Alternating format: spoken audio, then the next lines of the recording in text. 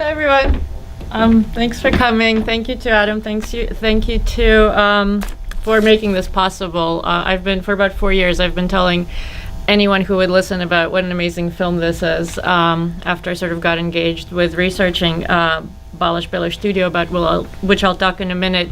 And so I really appreciate LA FIlmforum bringing the film here, and the Wende Museum and the GRI giving us an opportunity to talk about Hungarian post-war culture in conjunction with their fabulous exhibition.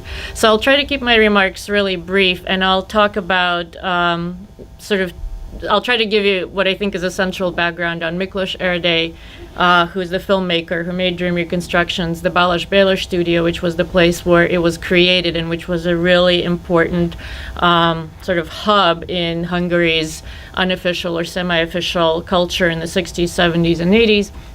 And lastly, I'll say a few words about Dream Reconstructions itself. So Miklos Erdély is, as far as I can tell, still not very well known in this country at all. But in Hungary, he is widely considered to be a monumentally important figure to the unofficial art scene from the 60s on. He was born in 1928, so he was a full generation older than most of the people who were engaged in the counterculture, let's say circa 1968, as kind of a as a marker point. He was already 40 at that point, and he was a person of great curiosity and great erudition. And he, aside from being an influential artist in his own right, was also really important as a transmitter of new ideas about fluxes, for instance, and as somebody who made events possible as this kind of like engine of activity in the art scene.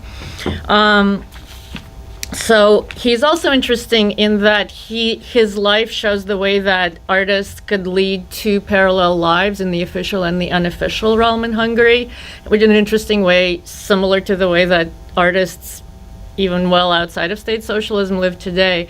So he was trained as an architect, and in the late 60s, he invented and patented a very successful process for making tile mosaics that transferred photographs into this much more permanent medium that could be used in construction projects.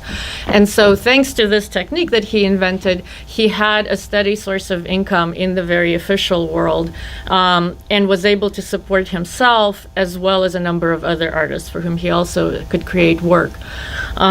And then sort of his parallel life was unofficial, and he was very prodigiously talented in that world. He was a sculptor, he created performances and actions, he made installations, he was a writer as well, a critic, a theorist, and last but certainly not least, he was a filmmaker. So he got interested in film in the 60s, and in 1966 he published an essay called Montage Hunger, which engaged with Eisenstein's ideas around montage and argued that film had this ability to juxtapose disparate images and to give them new meanings depending on the juxtapositions.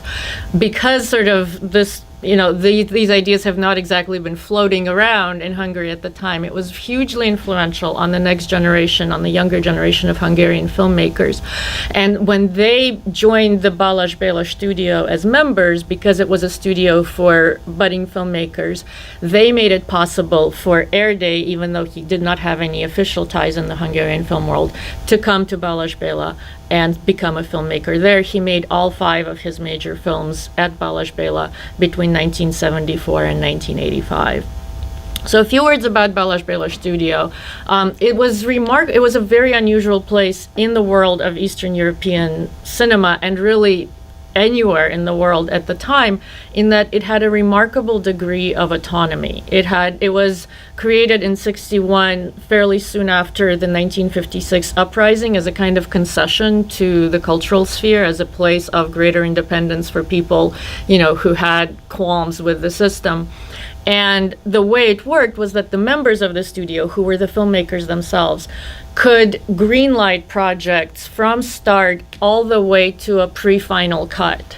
And it was at that point, when the film was almost completed, that it would go to be reviewed by the censors. And they would have the final say on whether the film could be completed and distributed in a very limited way, or it would be shut down. So it wasn't sphere of total freedom, but because of this unusual arrangement, it allowed a number of films which would have never been made otherwise to be nearly brought to completion and then survive. Most of Erdély's films were sort of widely screened after his death, but they were nevertheless made. So in the 70s, as I said, because of the influence Erdély had on people like Gábor Bódi, who is the most famous experimental Hungarian filmmaker of his generation, there was a working group at the studio called the Film Language Series, and which later became a group called K3, which worked with the ideas that we associate with structuralist film, which were so current around the world in the 70s. And so to move on to Dream Reconstructions, it is a prime example of the kind of film that came out of that process of engaging not with the creation of a final film product, the way we think of a narrative film or a documentary film, but making films that were about filmmaking, about the process, about the medium, about the way that it works. And what's particularly interesting about Dream Reconstructions is the way that it really beautifully, in a very complex way, maps on the workings of cinema onto the workings of the unconscious or the subconscious. So Erdély worked with 4 different people on reconstructing their dreams. And you'll see the way that he's interested in the editing processes. So there will be freeze frames and reverses, and then footage will be slowed down or sped up relative to its original speed, or sound will be synced and unsynced. So he's working with all these kind of the nitty-gritty of how you make film, but using it to expose the way that that consciousness works, that memory formation works, that the sort of the way that dreams repeat themselves over and over and create different scenarios, or the way that the way that the self comes about as a retelling of memories over and over and over again. But of course, over time, they get a little bit mutated. They get a little bit different. We edit them every time that we retell them. The last thing I'll say is that what's interesting about the particular dreams that are discussed in the film is that none of them are happy dreams. They're all traumatic to various degrees. Erdély, like a lot of people of his generation, was really interested in psychoanalysis, and particularly in the last episode, which is the longest one and which was the first to be made, it was sometimes screened independently, you can see the way he's starting to think about the mapping of personal trauma onto national trauma, of which Hungary experienced a whole lot in the 20th century.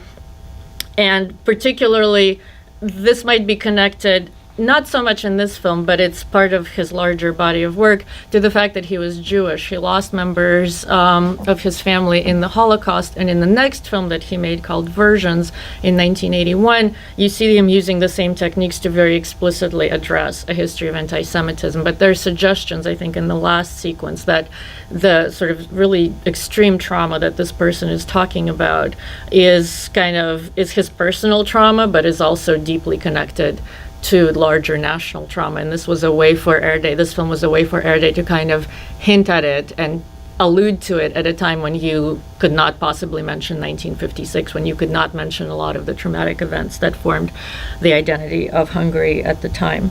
So the last thing I'll say is that Erdély, among the many people Erdély influenced, was Péter Forgács. For those of you who saw the Bibo Reader last week, I think you'll see some of both the formal affinities and the kind of themes that they both work with.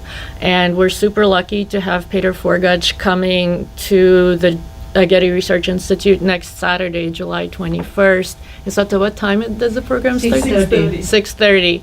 So he'll be there in person. And so if you're interested in this period and in this kind of filmmaking, there'll be a great opportunity to learn more. So that's it from me, and enjoy the film.